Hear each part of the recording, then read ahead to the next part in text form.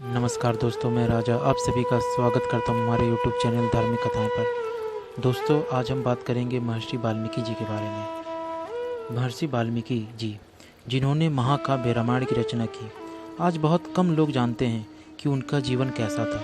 वह इतने बड़े कवि तथा अपने काल के प्रसिद्ध महर्षि कैसे बने। दोस्तों, माना जाता है कि वाल्मीकि जी महर्षि कश्यप और अदिति के 9वें पुत्र प्रचेता की संतान हैं। उनकी माता का नाम चर्षणी तथा भाई का नाम भृगु था। वाल्मीकि जी का मूल नाम रत्नाकर था। बचपन में उन्हें एक भील चुरा ले गया था। भील लोगों के जीवन यापन का साधन बुरे कर्म और लूटपाट था।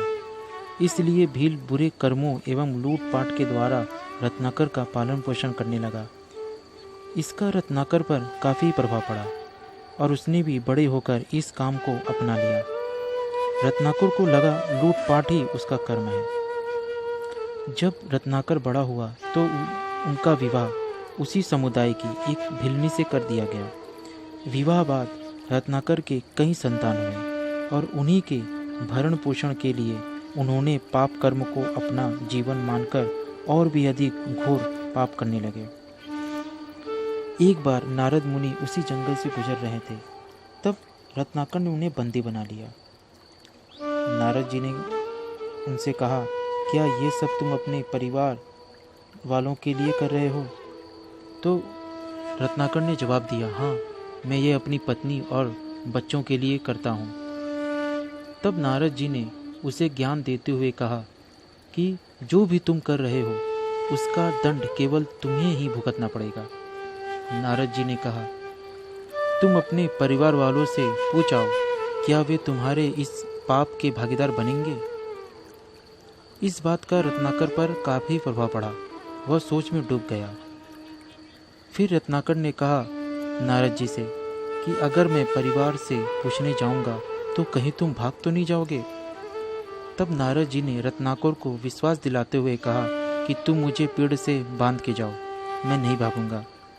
इसके बाद रत्नाकर नारद जी को पेड़ से बांध अपने परिवार से पूछने गया कि उसके पाप में वे भागीदार होंगे या नहीं।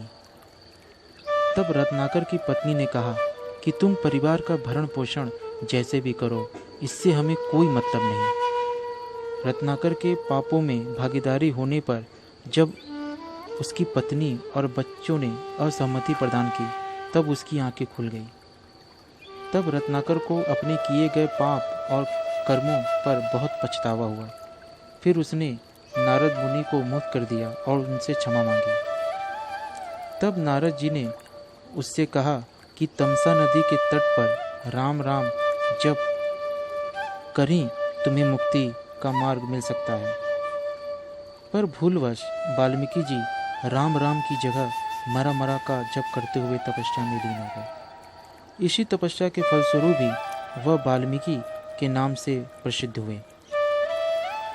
रामायण में जब सीता माँ पे आरोप लगा, तब माँ अयोध्या को छोड़ वाल्मीकि जी के आश्रम में ही रहने आ गई थी।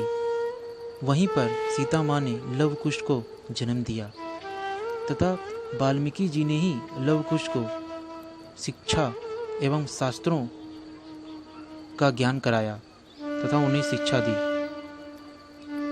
महर्षि वाल्मीकि जी का जन्म दिवस अश्विन मास की शरद पूर्णिमा के दिन मनाया जाता है। दोस्तों, ये थी कहानी वाल्मीकि जी के बारे में। अगर ये वीडियो पसंद आए तो लाइक और कमेंट जरूर करिए तथा इस चैनल को सब्सक्राइब करना ना भूलें।